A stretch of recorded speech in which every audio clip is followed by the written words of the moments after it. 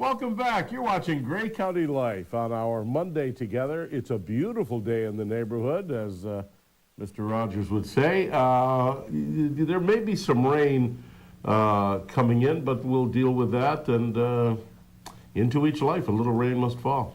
Not into John Farmer's if he plays his cards right. You've all met John Farmer before. You know what? You're going to meet John this summer on a Summer Folk program here on Rogers TV. We're going to talk to John about volunteering at Summer Folk. It's just one of the many things that John does. So that's coming up over the summer. July and August, you'll see that show a few times. A very special Summer Folk show.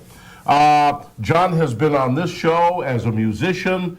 I don't even know what else. But John has a job.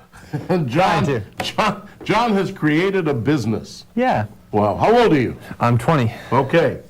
What is the business? I'm doing video memoir projects to help individuals and families record life stories and family histories on DVD. So they've got the stories as told by whoever tells them down in that format. Perfect. What's the name of your business? It's called The Story Arc. The Story Arc. The Story Arc. A-R-K as in Noah's. Yep, as in preserving things and keeping them on. That is cool. Yeah. How did you come up with this idea? I don't know. I don't quite remember when the idea to do the video memoirs first jumped on me, but I've been working with memoirs previously. There's a fellow in town who I was helping to write his memoirs. I was inspired certainly by some time I spent with an Algonquin elder and learning some of the oral traditions. Tell me about that. History. Oh, well, I took 2 years off between high school and university, and part of that time was spent with a fellow from Quebec who's an Algonquin elder. And I lived with him a bit and drove him to Arizona to a gathering of elders from around the world. Really? Life-changing experiences for sure. And being exposed to that kind of oral history and the oral tradition and the talking between generations, that's really integral to that culture, was part of the inspiration. And I had the chance to do that with my own family. My first project was my grandmother. This is what our kids do when we think we want them to go to Osgoode Hall and become Toronto Bay Street lawyers.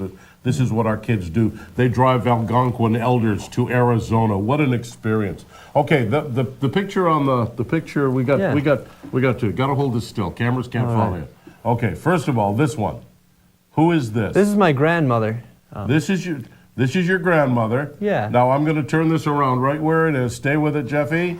And now the couple at the top. Who is that? These are my grandparents. The top picture is from their wedding day. Okay. And then we have down in 72, I think, and that's sometime in the mid-90s. Now, you videotaped your grandmother talking about their wedding, in fact. About their wedding, which is this picture at the top. Here's just maybe 20 seconds of what John has done with his grandmother. Oh, our wedding could have been a disaster for anybody else, but we didn't know any better. So we made it turn out as well as we could. And it was on March 1st, 1947. And it had stormed all winter. And March 1st was no exception, or the days preceding or following it. So that's just a little snippet of your grandmother. How long is the piece with your grandmother? Just over an hour. Just over an hour. And are most of the videos that you do it's basically a videotaped conversation, recollection? It's mostly memory? them telling their stories. Okay. So if you picture grandma telling her story in her chair, that's what you're going to get, hopefully, on the video. Okay. Who's that video for? Let's say that's not your grandmother. Let's say that's, Mrs. Arbuckle in Port Elgin. Yeah. Who is that for? Ultimately, that's for her kids, for her grandchildren, for her great-grandchildren, for the great-great-great-grandchildren, or to throw into the county archives if you want to. Okay. So many questions, John, rush at me about this.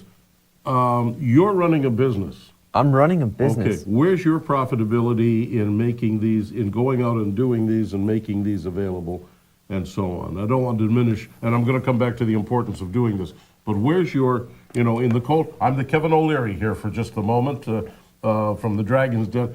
Where's your cash? Where's your profitability in doing a business like this? I'm mostly just charging my hours at this point. I go out and spend up to 4 hours interviewing whoever I'm interviewing, go home, edit it, and produce a DVD for them. I'm basically just selling my time, hopefully providing a service that I know would be very important to me and that I've had the benefit of doing with my family, and that I hope other people see the value in as well. And I was really lucky to get some startup money too from the government to help me do this, to help cover the startup costs. And it's called the Summer Company Program.